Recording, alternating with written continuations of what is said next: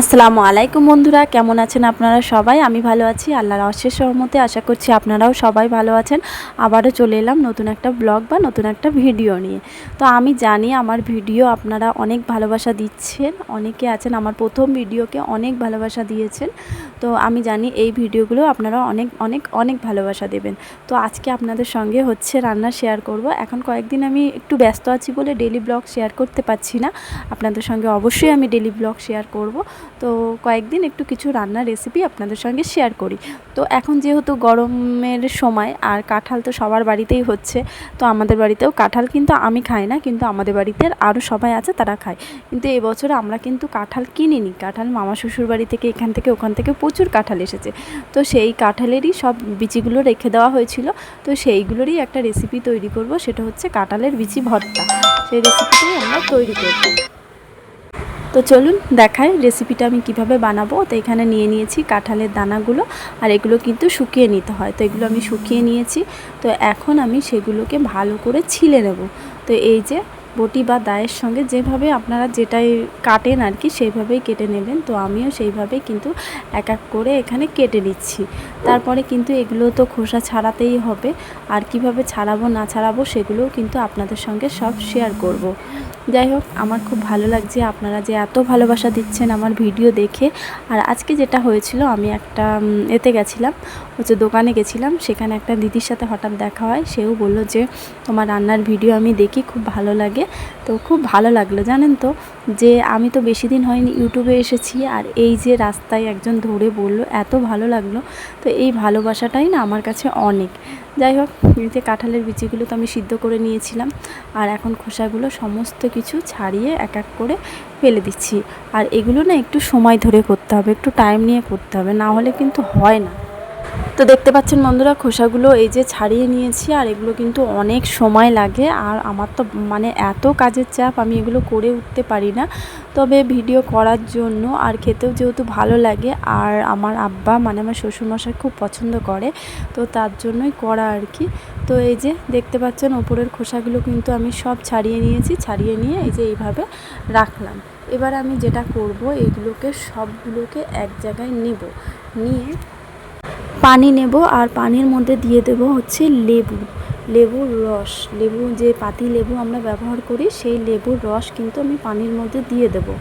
আর এই দেখেন লেবুগুলোকে দুভাগে কেটে নিয়েছি, আর কেটে নিয়ে এখন লেবুর রসটা পানির মধ্যে দিয়ে দেবো। পুরো পানিতে যেন মিশে যায় লেবুর রসটা, সেইভাবেই দেব। তারপর আমি যেটা করব, কাঁঠালের বিচিগুলো সব ওই লেবুর যে পানিতে দিলাম সেই পানির মধ্যে কিন্তু ঢেলে দেবো।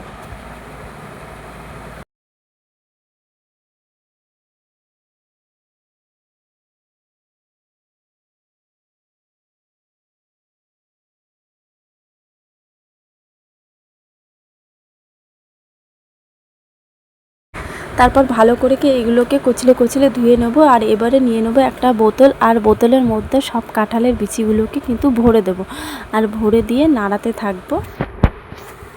এবারে কাঁঠালের বিচিগুলোকে আমি ভালো করে ঘষে ঘষে ধুয়ে নেব। আর বোতলের মধ্যে তো দিয়ে নাড়া দিলে বেশ ভালোই হয়, এই কাঁঠালের বিচিগুলো একদম সাদা ধবধবে হয়ে যাবে। তো আপনারা এইভাবে কিন্তু নাড়া দিতে থাকবেন। আর এমনি যদি হাতে ঘষে ধুয়ে নিতে পারেন তাতেও কিন্তু কোনো সমস্যা নেই, তবে খোসাগুলো একটু গালের মধ্যে পড়ে এই আর কি। তো কাঁঠালের বিচিগুলো আমার পরিষ্কার করা কিন্তু হয়ে গেছে। এবারে এগুলোকে আমি ভালো করে পরিষ্কার জলে ধুয়ে নেব। ভালো করে বার করলাম, বার করে পরিষ্কার জলের মধ্যে আরও একবার ভালো করে লগড়ে এটাকে কিন্তু আমি ধুয়ে নেব। এবার একটু পানি নেব, আর পানির মধ্যে দিয়ে দেব অল্প হলুদ। এবারে কিন্তু ওগুলোকে আমি সিদ্ধ করে নেব। তো পানির মধ্যে অল্প হলুদ দেব আর অল্প নুন দেব। তারপরে কাঁঠালের বিচিগুলোকে ঢেলে দেবো, ঢেলে দিয়ে একটু নাড়াচাড়া করে গরম করে ফোটাতে থাকবো। তো এইভাবে ফোটানো হয়ে গেলে কাঁঠালের বিচিগুলো কিন্তু সিদ্ধ হয়ে যাবে খুব সুন্দর করে।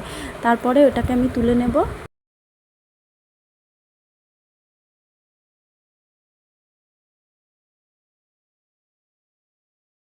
এবারে যেটা আমি করব, তেলের ওপরে তেল গরম করে নেব, গরম করে পেঁয়াজ কুচি দিয়ে দেব। পেঁয়াজ কুচি দেওয়ার পরে পেঁয়াজগুলো ভাজা ভাজা হয়ে গেলে, একটু বাদামি কালারের হয়ে গেলে, তখন পেঁয়াজ ভাজাগুলোকে আমি তুলে নেব এবং সেই গরম তেলের মধ্যে আমি দিয়ে দেব হচ্ছে কি ওই যে রসুন দিয়ে দেবো। মানে রসুনগুলোকে ছাড়িয়ে, খোসা ছাড়িয়ে, আপনারা আপনাদের কাঁঠালের বিচি যতটুকু পরিমাণে থাকবে সেই পরিমাণ অনুযায়ী রসুন নিতে হবে।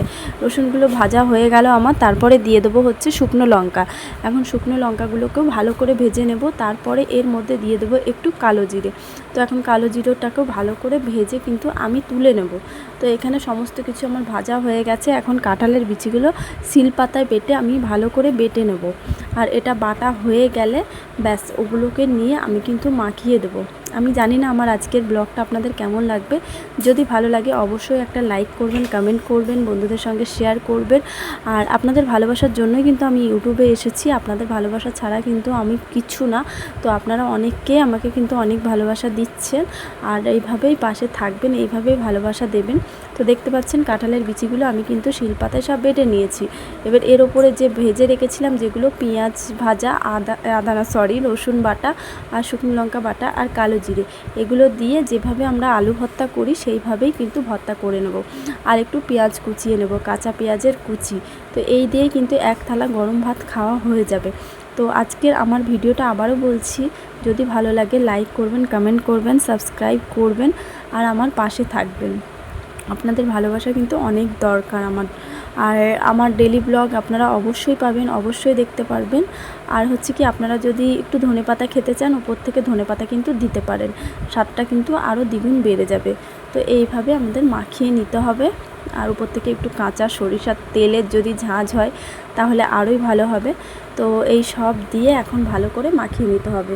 আপনাদের সঙ্গে দেখা হচ্ছে তাহলে নেক্সট কোনো ব্লগে। আর এইভাবে ভর্তা বানিয়ে গরম গরম ভাতে অবশ্যই কিন্তু আপনারা খেয়ে দেখবেন, খুব ভালো লাগবে। কাঁঠালের দানা রান্না যেমন ভালো লাগে, তরকারি তেমন সব কিছুই কিন্তু ভালো লাগে।